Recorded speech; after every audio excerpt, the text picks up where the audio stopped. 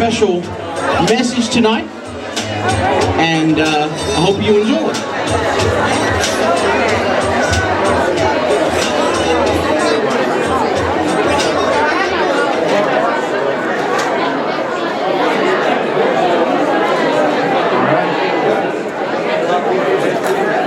Good evening again, everybody.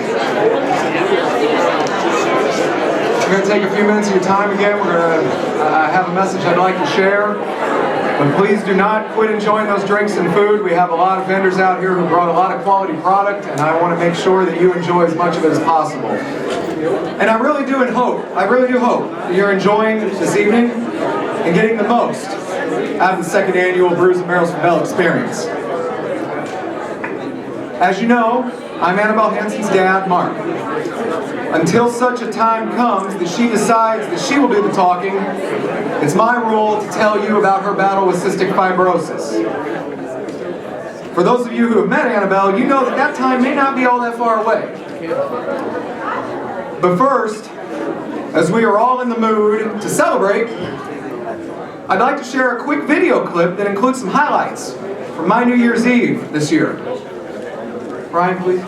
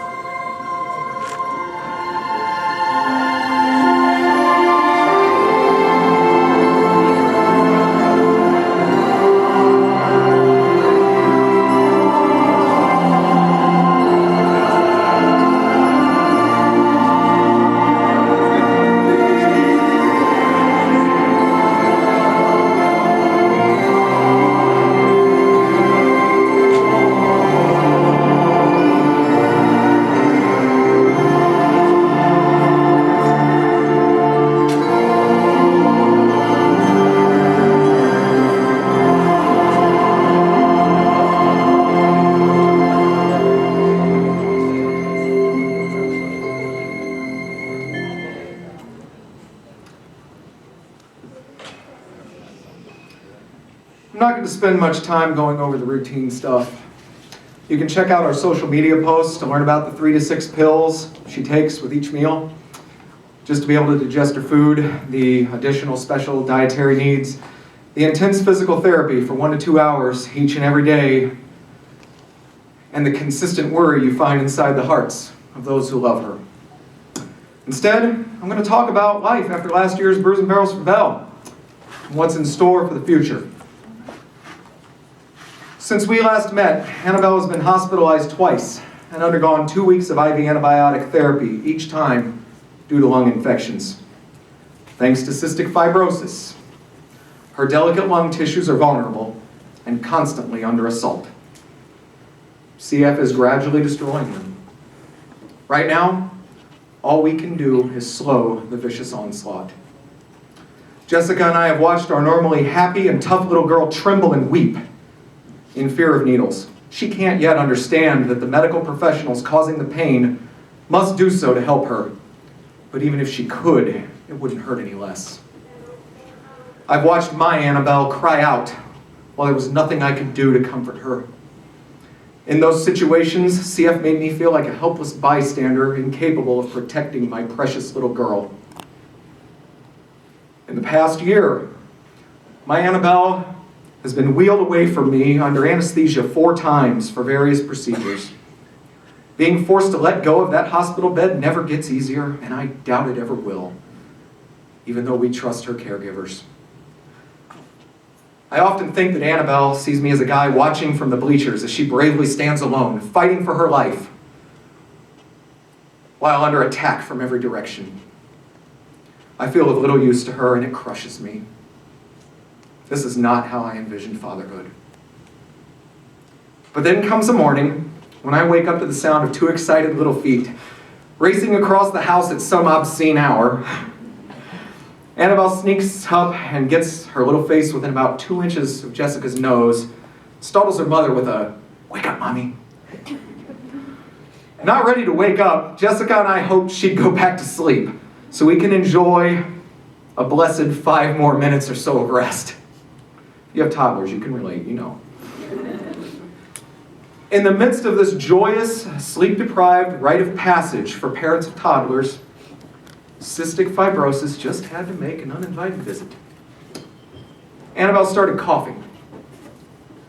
That cough. The one that tightens every muscle in my body. It makes me hyper-alert. It awakens deep fears and worry. It reminds me that I am raising a young woman who, just to survive, must be so much stronger than I wish she had to be. And you parents out there of CFers can relate, and there are a few of you here tonight. When she finished this episode of even more struggling just to breathe and finally calm down, she looked at me with those intense little blue eyes outlined with red due to tears.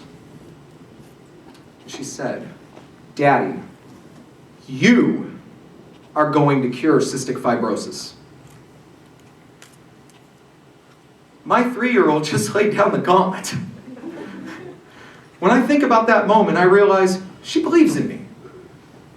Her daddy really is her hero still. Exactly the way I'd want it to be. What the hell am I going to do now? I know my limitations. I'm no medical professional or scientist, but I am her dad. I can support every effort to keep her medically compliant and healthy as possible. I've also been blessed with the right coalition to engage this enemy. For starters, I'm married well. Jessica amazes me daily. The way she ensures we adhere to required treatment regimen. She stays up to date on information important to the CF community, and she does this all while being the primary scheduler for twin toddlers. Did I mention Annabelle has a twin brother, Dominic?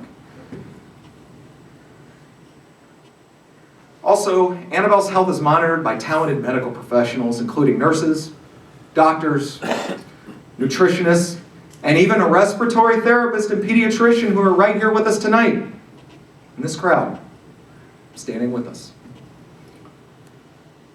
The committee that made this event possible tonight, our brew crew, and you'll see their gray shirts around here, and they're wonderful people. They're a group of people who, like firefighters, and interestingly, a few of them are,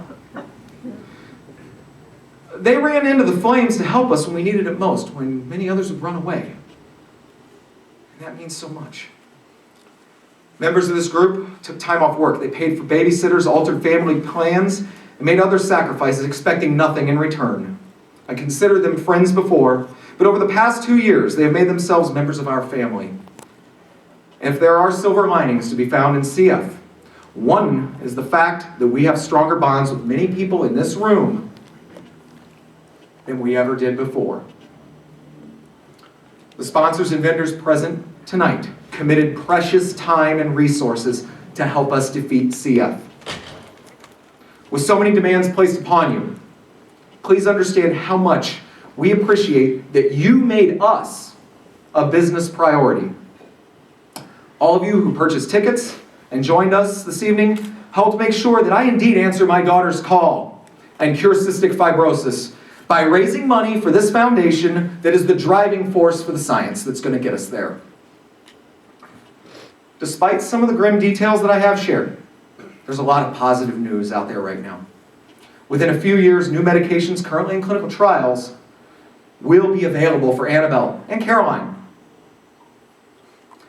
In fact, just last week, a major pharmaceutical company applied for FDA approval for a drug combination therapy that is showing major promise.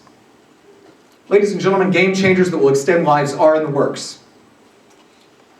The momentum in this battle has certainly shifted our way, but one fact remains. If the fight were to end today, we would still lose, despite a valiant effort. That is why evenings like this are so important. It is why we are grateful to have all of you here tonight.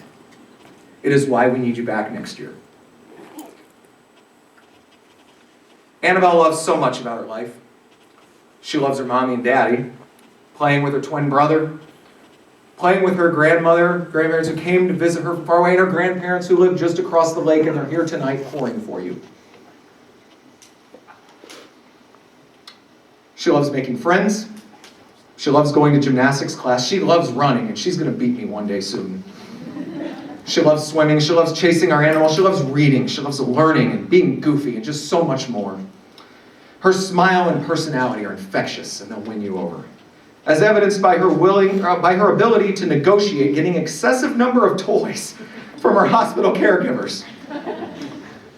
She also loves singing, whether it's making up her own music or repeating what's playing. On one summer day this year, she started singing along with Fleetwood Mac in what is now one of her favorite songs. It even has a message for this evening. Thanks to the medical progress everybody in this room is making possible. For Annabelle, for Caroline, for Landon, for Elizabeth, for all others fighting CF.